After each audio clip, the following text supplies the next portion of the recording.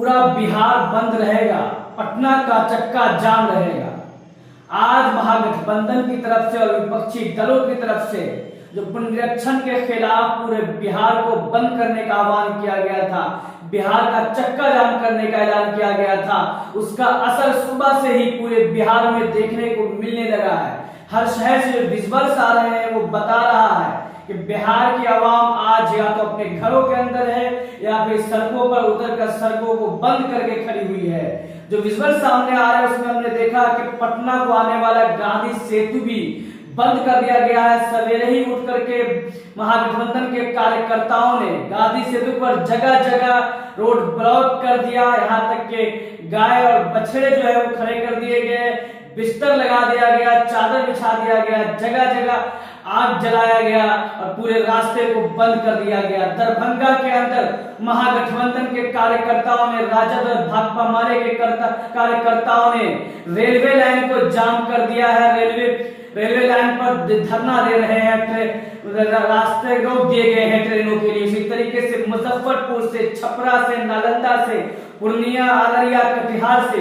बेगूसराय से, अलग अलग जिलों से जो विजुअल्स आ रहे हैं उसमें कार्यकर्ता उतर करके, चाहे राष्ट्रीय जनता दल के, माले के, कांग्रेस के,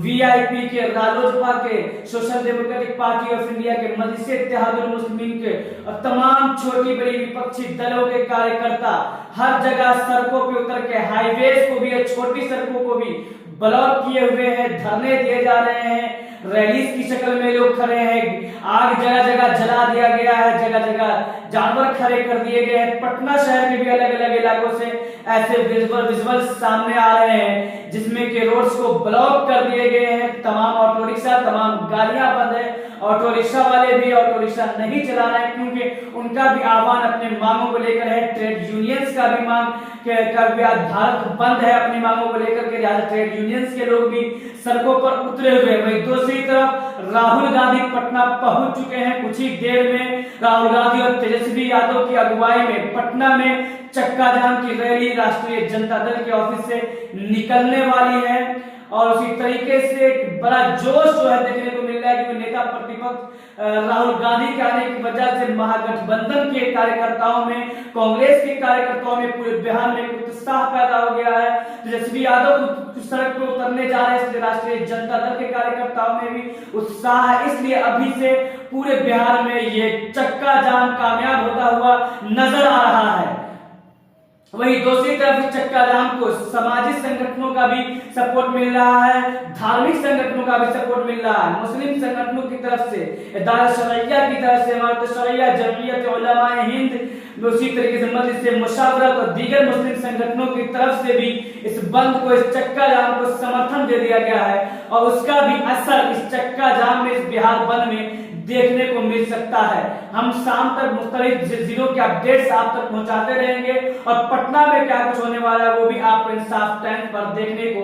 मिलेगा। अब देखते हैं कि इस चक्का जाम, इस बिहार बंद का क्या असर इलेक्शन कमीशन के फैसले पर होता है, क्योंकि हम लगातार देख रहे हैं कि जिस तरीके से विपक्ष ने दबाव बनाया है, प्रेशर बनाया है, लगातार प्रेस कॉन्फ्रेंसेस के जरिए से और मीटिंगों के जरिए से इलेक्शन कमीशन को बार बार जो मेमोरेंडम दिए गए हैं, जो इलेक्शन कमीशन से मुलाकातें की गई है, बिहार के अंदर भी, दिल्ली के अंदर इलेक्शन कमीशन के सेंट्रल ऑफिस में भी, और जिस तरीके से दिल्ली में भी विपक्षी पार्टियों की तरफ से, सिविल सोसाइटी की तरफ से लगातार आवाज उठाया जा रहा है, उसका असर देखने को मिला कि लगातार इलेक्शन कमीशन अपने फैसले बदल रहा है। कभी उसने कहा कि 2003 के बाद जो वोटर्स जुड़े हैं उन्हें अपने फादर, अपने बाप की शहरियत और उनका वोटर लिस्ट में नाम दिखाना पड़ेगा, लेकिन इस फैसले को भी बदल दिया गया। बाद में फिर नया फैसला ये भी आया कि जिन लोगों के पास मांगे गए डॉक्यूमेंट्स, 12 डॉक्यूमेंट्स मौजूद नहीं है, वो बगैर डॉक्यूमेंट के भी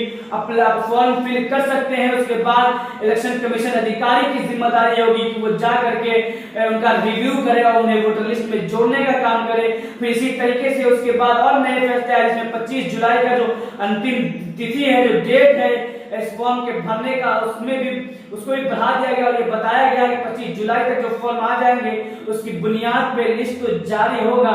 लेकिन उसके बाद भी लोग फॉर्म जमा कर सकते हैं जो लोग 25 जुलाई तक जमा न कर सके। इस तरह से लगातार अपने फैसलों को इलेक्शन कमीशन बदल रहा है। इससे लग रहा है कि इलेक्शन कमीशन दबाव में है। दूसरी तरफ एनडीए से भी कुछ घटक दल सामने आकर इसका विरोध करने लगे हैं। लिहाजा ऐसे में जब ये चक्का जाम हो रहा है, बड़े आंदोलन की शुरुआत कहीं ना कहीं यहाँ से इलेक्शन कमीशन के पुनरीक्षण के फैसले के खिलाफ, जिसे मिनी एनआरसी का नाम दिया जा रहा है, क्योंकि हम सब जानते हैं कि इस तरह के डॉक्यूमेंट्स उसमें मांगे गए हैं, वो शायद बिहार के अवाम के पास बहुत मुश्किल वक्त, बिहार के अक्सरियत के पास वो डॉक्यूमेंट्स मौजूद नहीं होंगे। और जो डॉक्यूमेंट्स बिहार के अवाम के पास मौजूद है, जैसे राशन कार्ड है, आधार कार्ड है, वो आधार कार्ड जिससे भारत में हर एक डॉक्यूमेंट के साथ जो है लाजमी किया जा रहा है, उस आधार कार्ड को जिसे कुछ दिन पहले ही वोटर लिस्ट के साथ जो अटैच किया गया था, ताकि वोटर लिस्ट में जो धांधली होने का खतरा होता है वो खत्म हो जाए, उस आधार कार्ड को भी मान्यता नहीं दी गई है। और यही डॉक्यूमेंट्स बिहार की जनता के पास, अवाम के पास मौजूद है।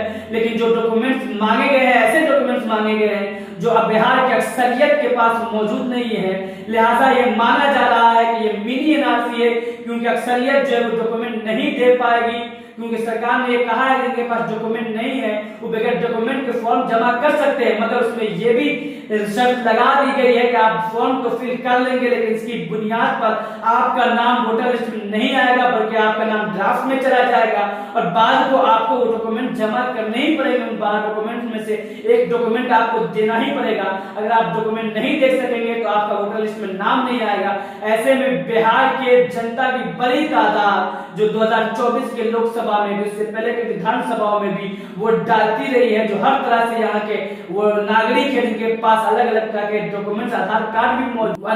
भी मौजूद है, वो छट जाएंगे, उनका वोटर लिस्ट से नाम हट जाएगा और शायद आने वाले दिनों में उनके लिए और भी मुश्किलात खड़ी हो। इसलिए इसे मिनी एनआरसी का नाम दिया जा रहा है। अब शायद जिस तरीके से आंदोलन बढ़ रहा है तो इलेक्शन कमीशन को अपना फैसला वापस लेना पड़े। आने वाले 10 तारीख को यानी कल सुप्रीम कोर्ट में भी इसकी सुनवाई है, क्योंकि कई सारे पिटीशन इलेक्शन कमीशन के इस फैसले के खिलाफ दायर किए गए हैं, जिसमें मनोज झा का भी पिटीशन है, दीगर लोगों का भी पिटीशन है, उस पर सुनवाई भी होनी है। देखते हैं कि इलेक्शन कमीशन इस पर क्या डिसीजन लेता है।